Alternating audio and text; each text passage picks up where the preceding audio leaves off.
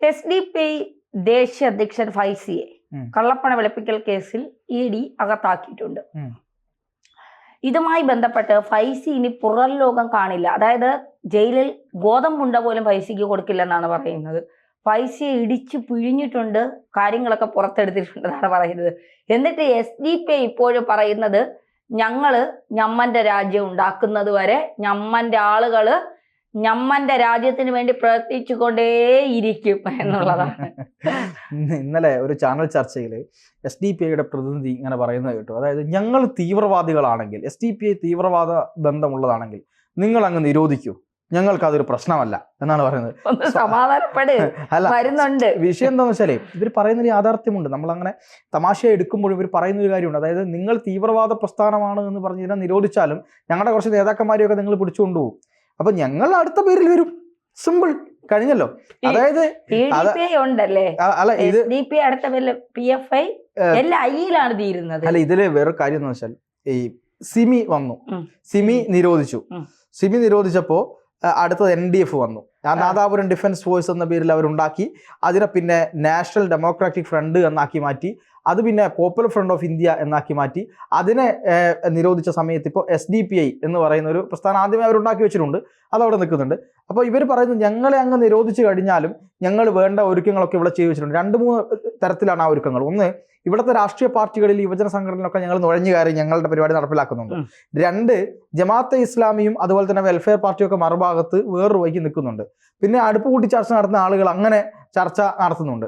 ഇനിയിപ്പം ഞങ്ങളെ നിരോധിച്ചാലും ഞങ്ങൾ ഒരു വേറൊരു സംഘടന ഉണ്ടാക്കും, ഒരു പരിസ്ഥിതി സംഘടന അല്ലെങ്കിൽ വേറെ ഏതെങ്കിലും ഒരു സാമൂഹിക സംഘടനയൊക്കെ ഉണ്ടാക്കിയിട്ട് അതിൽ കൂടെ പ്രവർത്തിച്ച് പാവപ്പെട്ടവന്റെ നീതി, ദളിത് സ്നേഹം, പിന്നെ സവർണ വിരോധം, ഇതൊക്കെ തീർത്തുകൊണ്ട് ഞങ്ങൾ പതുക്കെ കയറി വരും. എന്നിട്ട് എന്നാലും ഞങ്ങൾ ഇത് ഉണ്ടാക്കിയേ പോവുള്ളൂ. കാരണം ഇവർക്ക് ഭയമില്ല. ഇവരുടെ ഭയമില്ലാത്ത പ്രശ്നം എന്ന് പറയുന്നത് ഇവർ സ്വർഗരാജ്യം മുന്നിൽ കണ്ടുകൊണ്ട് പ്രവർത്തിക്കുന്ന ആൾക്കാരാണ്.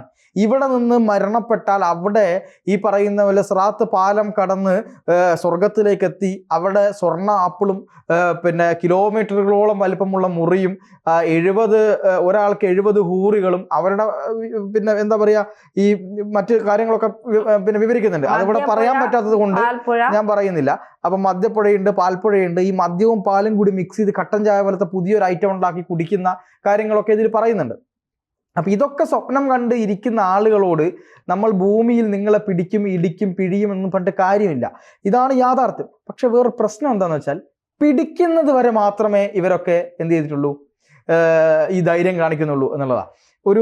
അതായത് പ്രധാനപ്പെട്ട നമ്മുടെ ഇന്ത്യയിലെ തന്നെ വളരെ പ്രധാനപ്പെട്ട ഒരു ഉദ്യോഗസ്ഥനോട് ഒരിക്കൽ സംസാരിക്കേണ്ട ഒരു അവസ്ഥ വന്നപ്പോൾ അദ്ദേഹം പറഞ്ഞത്, ഞങ്ങൾ വിചാരിച്ചത് ഇവരൊക്കെ ഭയങ്കര മനക്കട്ടിയുള്ളവർ, ജിഹാദിന് വേണ്ടി ഞങ്ങൾ ഇടിച്ചാലും കൊന്നാലും ഞങ്ങൾ ധൈര്യപൂർവ്വം നിൽക്കും എന്ന് പറയുന്ന പോലെയാണ് ഞങ്ങൾ വിചാരിച്ചത്. പക്ഷെ സംഭവിച്ചത് ഈ ആട് 2-ല് ഒരു രംഗമുണ്ട്. ആട് 2-ലോ ആടിലോ എന്ന് എനിക്ക് ഓർമ്മയില്ല, ഒരു രംഗമുണ്ട്. അതായത് എന്തൊക്കെ വന്നാലും പിന്നെ ഞങ്ങൾ രക്തസാക്ഷികളുടെ പിന്നെ ഇതുകൊണ്ടുണ്ടാക്കിയതാടാ ഷമീറെ, എന്ത് വന്നാലും ഞങ്ങൾ പിന്നെ പിന്മാറില്ല എന്ന് പറഞ്ഞ് പിന്നെ നിൽക്കുന്നൊരു പുള്ളി പറയുന്നൊരു കഥാപാത്രം ഉണ്ട് അതിൽ. എന്നിട്ട് അവസാനം പൊട്ടിക്കരയുന്നൊരു ഇതും പറഞ്ഞുകൊണ്ട് ഒറ്റ കരച്ചില്ല, എന്നെ കൊല്ലല്ലേ ഷമീർ സാറേ എന്ന് പറഞ്ഞ് കരയുന്നൊരു സീനുണ്ട്.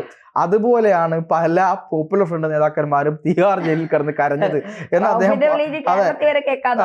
പറഞ്ഞിട്ടുണ്ട്. അപ്പൊ അതുപോലെയാണ് ഇവരുടെയൊക്കെ ഒരു നിലപാട്. ഇപ്പം MK ഫൈസി എന്ന് പറയുന്ന മുഹമ്മദ് കുട്ടി ഫൈസിയെ ഈ ED അറസ്റ്റ് ചെയ്ത് കൊണ്ടുപോയി അദ്ദേഹം തിഹാർ ജയിലിൽ ഉണ്ട തിന്നുകൊണ്ടിരിക്കുകയാണ്. ഉണ്ട തിന്നാൻ പോലുള്ള ആരോഗ്യം ഉണ്ടോ എന്ന് എനിക്കറിയാം. കാരണം അവിടെ നിന്ന് പിഴിഞ്ഞെടുത്തു എന്നാണ് മനസ്സിലാക്കുന്നത്. കാരണം നമ്മൾ പുറത്ത് കേൾക്കുന്നത് പോലെ അല്ല തിഹാറിന്റെ ഉൾവശം എന്നുള്ളത് നമ്മൾ ആദ്യം മനസ്സിലാക്കണം. കാരണം അവിടെ പോയി കഴിഞ്ഞാൽ ഈ പറയുന്ന കാര്യങ്ങളൊന്നും ഉണ്ടാവില്ല. ഈ ഫൈസിയെ രക്ഷപ്പെടുത്താൻ വേണ്ടി ഒന്നും ചെയ്യാൻ കഴിയുന്നില്ല. ഒരു രാഷ്ട്രീയ നേതാക്കന്മാരും ഫൈസിക്ക് അനുകൂലമായി രംഗത്ത് വരുന്നില്ല. വക്കീലിനെ ഏർപ്പാടാക്കാൻ വക്കീലന്മാർ പോലും നിൽക്കാത്തൊരവസ്ഥ ഉണ്ടായിട്ടുണ്ട്. അപ്പോൾ ഇങ്ങനെയൊക്കെ നിൽക്കുമ്പോൾ ഇവരുടെ ഒരു ധാരണ എന്ത് ചെയ്യും, ഇനി എങ്ങനെയാണ് മുന്നോട്ട് പോവുക എന്നത് ഇവരുടെ ഉള്ളിൽ വലിയൊരു പ്രശ്നമാണ്. കേന്ദ്ര സർക്കാർ ആദ്യം ചെയ്തത് ഇവർക്ക് വരുന്ന ഫണ്ടുകൾ കംപ്ലീറ്റ് ആയിട്ട് ബ്ലോക്ക് ചെയ്തു. വിദേശത്തു നിന്ന് വരുന്ന ഫണ്ടുകൾ ബ്ലോക്ക് ചെയ്തു.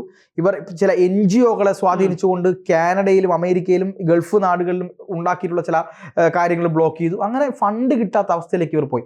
പിന്നെ ഇവർ ചെയ്തു വെച്ചത് ഇനി ഭാവിയിലെങ്ങാ നിരോധിക്കപ്പെടുമോ എന്നൊരു ഉള്ളത് കൊണ്ട് അന്ന് കുറേ ഫണ്ട് ഉണ്ടാക്കിയിട്ട് ഇവിടെ ശേഖരിച്ചു വെച്ചിരുന്നു. അത് നോട്ട് നിരോധനത്തോടു കൂടി പോയി. പിന്നെ അതിനുശേഷം ഇവർ കുറച്ച് ഫണ്ട് സ്വരൂപിച്ച് കൊണ്ടുവന്ന സമയത്താണ് പോപ്പുലർ ഫണ്ട് നിരോധിക്കപ്പെടുന്നത്. ഒരാളെ ഇറക്കാൻ വേണമെങ്കിൽ 5 കോടി രൂപയുടെ അടുത്ത് ഇവർക്ക് വേണ്ട ഒരാവശ്യമാണ് ഇപ്പം നിലവിൽ അവിടെ ഉണ്ടായിരുന്നത്, കേസ് നടത്താനൊക്കെ. അതിൽ ആകെ ഒരു 4-5 പേർക്ക് മാത്രമാണ് സുപ്രീം കോടതി ജാമ്യം കൊടുത്തത്. ഇതിലെ പ്രധാനപ്പെട്ട ചില നേതാക്കന്മാർക്ക് ഇപ്പോഴും, അതായത് ഇതിലെ മെയിൻ ആയിട്ടുള്ള നേതാക്കന്മാർക്ക് ഇപ്പോഴും ജാമ്യം കിട്ടിയിട്ടില്ല. അവർക്ക് എപ്പോൾ ജാമ്യം കിട്ടുമെന്ന് ആർക്കും അറിയില്ല. കാരണം സുപ്രീം കോടതി പോലും ഇത്തരം കേസുകളിൽ ഇടപെടാൻ ഒന്നും മടിക്കും. കാരണം രാജ്യസുരക്ഷയെ ബാധിക്കുന്ന ഒരു കാര്യമായതുകൊണ്ട്. അതുകൊണ്ട് തന്നെ SDPI എന്ന് പറയുന്ന പാർട്ടിയുമായി ബന്ധപ്പെട്ട് ഇപ്പോൾ വളരെ കൃത്യമായിട്ട് കേന്ദ്രം ഇങ്ങനെ നിരീക്ഷിച്ചുകൊണ്ടിരിക്കുകയാണ്. ആ നിരീക്ഷണത്തിൻ്റെ ഭാഗമായി എന്തൊക്കെയാണ് ഇവർ ചെയ്യുന്നത്, എവിടെയൊക്കെയാണ് ഇവരുടെ ഈ ബന്ധമുള്ളത്, ഇവർ ഫണ്ട് ഉപയോഗിച്ച് എന്തൊക്കെ ചെയ്തു, കേരളത്തിൽ എന്തൊക്കെ തരം പ്രവർത്തനങ്ങൾ നടത്തി, ഏതൊക്കെ രാഷ്ട്രീയ പാർട്ടി ഇവർ സ്വാധീനിച്ചു, ഏതൊക്കെ നേതാക്കന്മാരെ ഇവർ സ്വാധീനിച്ചു, ഹിന്ദു നാമധാരികളായ ആളുകളെ വിലക്കെടുത്തു, എത്ര പൈസ കൊടുത്താണ് ഇവരെ വിലക്കെടുത്തത്. ഇപ്പോൾ SDPI ചില പ്രധാനപ്പെട്ട ഹിന്ദു നേതാക്കന്മാരെ കാണാൻ വേണ്ടി കഴിയും. ഈ ഹിന്ദു നേതാക്കന്മാരുടെ പേരൊക്കെ എടുത്താൽ ഇയാളൊക്കെ ഈ ചില പുരാണങ്ങളുടെ പേരൊക്കെയുള്ള നേതാക്കന്മാരൊക്കെ ഉണ്ട് ഇതില്, നമ്മുടെ ഹിന്ദു പുരാണത്തിലെ. അത്തരം ആളുകളെയൊക്കെ വിലക്കെടുത്തുകൊണ്ട് ഇവരെ കൊണ്ട് ഈ പറയുന്ന പോലെ എന്താണ് പൊതു മധ്യത്തിൽ വന്ന് ഇവരെ കൊണ്ട് പ്രസംഗിപ്പിക്കുകയാണ്. അപ്പം നമ്മൾ വിചാരിക്കും, ഹിന്ദു നാമധാരിയായ ഒരു മനുഷ്യൻ സംസ്ഥാന സെക്രട്ടറി, ഇത് അങ്ങനത്തെ ഒരു സംഘടനയല്ല. SDPI എന്താണ്, social democratic party of India, okay, സോഷ്യലിസമാണ് അല്ലെങ്കിൽ സെക്യുലറിസമാണ് എന്ന് വിചാരിക്കും. പക്ഷേ ഇവരുടെ ഉള്ളിൽ നടപ്പാക്കുന്നത് ഇന്റേണൽ ജിഹാദ് എന്ന് പറയുന്ന ഒരു കാര്യമാണ്. അത് കൃത്യമായി മനസ്സിലാക്കിക്കൊണ്ട് ED മുന്നോട്ട് പോകുന്നുണ്ട്. അപ്പോൾ ED ഓരോ നേതാക്കന്മാരെയും വട്ടവിട്ട് പിടിക്കുകയാണ്. ഇപ്പോൾ അന്ന് ഇവർ ചെയ്തൊരു പ്രധാനപ്പെട്ട കാര്യം എന്താണെന്നറിയോ, ഈ പറയുന്ന റൌഫിനെ വരെ അറസ്റ്റ് ചെയ്തു. റൌഫിനെ അറസ്റ്റ് ചെയ്ത സമയത്ത് ഫൈസി അറസ്റ്റ് ചെയ്തില്ല. കാരണം ഫൈസിക്ക് ഇത് തെളിവ് കിട്ടാഞ്ഞിട്ടല്ല. ഫൈസി ഈ പറയുന്ന SDPI ബന്ധപ്പെട്ട് കോർഡിനേറ്റ് ചെയ്തത് ഫണ്ട് സ്വരൂപിക്കുന്നതൊക്കെ ഫൈസിയാണ് എന്ന് അന്നേ NIAക്കും EDക്കും അറിയാമായിരുന്നു. പക്ഷേ ഇയാളെ ഒഴിവാക്കിയത് ഒരു പ്രശ്നം വരുമ്പോൾ ഞാൻ തെറ്റ് ചെയ്തിട്ടുണ്ടെങ്കിൽ എനിക്ക് എന്താണ് ഭയം വരും, എന്നെ പിടിക്കുമോ എന്നുള്ള ഭയം വരും. പക്ഷെ എന്നെ പിടിക്കുന്നില്ല, എല്ലാവരെയും പിടിച്ചു. ആ ഒരു കാലാവധി അവസാനിച്ചു, 2 വർഷം കഴിഞ്ഞു. അപ്പം ഞാൻ സ്വാഭാവികമായിട്ടും ഞാൻ രക്ഷപ്പെട്ടു എന്നുള്ള ധാരണയിൽ നിൽക്കുകയും ഞാൻ എൻ്റെ പ്രവർത്തനം പൂർവാധികം ശക്തിയോടെ നടപ്പിലാക്കുകയും ചെയ്യും. പക്ഷേ അത് NIAയും EDയും വിരിച്ച ഒരു വലയായിരുന്നു. കൃത്യമായിട്ട് ഈ EDയെ എന്താണ് ഇയാൾ പിന്നീട് ഇയാൾ ചെയ്തിട്ടുള്ള ചില പ്രവർത്തനങ്ങൾ, ഇയാൾ എവിടെ നിന്ന് ഫണ്ട് ശേഖരിച്ചു, ഇയാൾക്ക് എവിടെ നിന്ന് ഫണ്ട് വന്നു തുടങ്ങിയ കാര്യങ്ങളെല്ലാം ഫൈസിയെ നിരീക്ഷിക്കുകയും കൃത്യമായ തെളിവോടുകൂടി ഫൈസിയെ പൂട്ടുകയും ഒരു സുപ്രഭാതത്തിൽ മൂപ്പര് ഇവിടുന്ന് മുങ്ങി. അതായത് നേരെ ബാംഗ്ലൂരിൽ നിന്ന് പുള്ളി മുങ്ങിയപ്പോൾ ഡൽഹിയിൽ വെച്ചാണ് പുള്ളിയെ പിടിച്ചത്. പോരി മോനെ പോവാന്ന് പറഞ്ഞിട്ട് അപ്പോൾ പുള്ളി ഇങ്ങനെ ചിരിച്ചുകൊണ്ട് പോകുന്ന ഒരു സീൻ കണ്ടിട്ടുണ്ടായിരുന്നു. അപ്പോൾ അതിന് പിന്നെ ഒരു സുഡാപ്പിയുടെ കമൻ്റാണ്, എന്ത് വന്നാലും ഞങ്ങൾ ധീരതയോടെ നേരിടും, ചിരിച്ചുകൊണ്ടാണ് ഞങ്ങളുടെ പോക്ക്. ഉള്ളിൽ ഇയാൾ കരയാണ് എന്നുള്ള കാര്യം മാധ്യമങ്ങളെ കാണുമ്പോഴാണ് പുള്ളി ചിരിച്ചത്. ഇപ്പോൾ തിഹാർ ജയിലിൽ നിന്ന് ഭയങ്കര ചിരിയായിരുന്നു എന്നാണ് കേട്ടത്. അപ്പോൾ അത് മനസ്സിലാക്കാത്ത സുഡാപ്പികളാണ് ഇവിടെ നിന്നുകൊണ്ട് ഞാനൊരു കാര്യം പറയുന്നത്. എനിക്ക് സുഡാപ്പിയോട് പറയാനുള്ളത്, നിങ്ങൾ ഇവർക്ക് ഐക്യദാർഢ്യം പ്രഖ്യാപിച്ചിട്ട് നേരിട്ട് തിഹാർ ജയിലിന് മുമ്പ് പോയിട്ട് ഒരു ധർണ നടത്തിക്കൂടെ നിങ്ങൾക്ക്? നിങ്ങൾ ഈ സോഷ്യൽ മീഡിയയിൽ വന്ന് പോസ്റ്റ് ഇട്ട് ഇവന്മാരെയൊക്കെ കുത്തി ഇളക്കി പാവപ്പെട്ട കിടക്കപ്പായിൽ നിന്നാണ് എടുത്തു കൊണ്ടുപോകുന്നത് ഓരോന്നിനെ. എന്നിട്ട് ഇവന്മാർക്കൊന്നും ഒരു പ്രശ്നമില്ല, ഇവന്മാരൊക്കെ ജോലിയും ചെയ്ത് പിന്നെ എന്താണ് സോഷ്യൽ മീഡിയയിൽ എൻ്റെ കമന്റ് ഇട്ട് പോകും, അല്ലാതെ ഒന്നും ഇവർ ചെയ്യില്ല.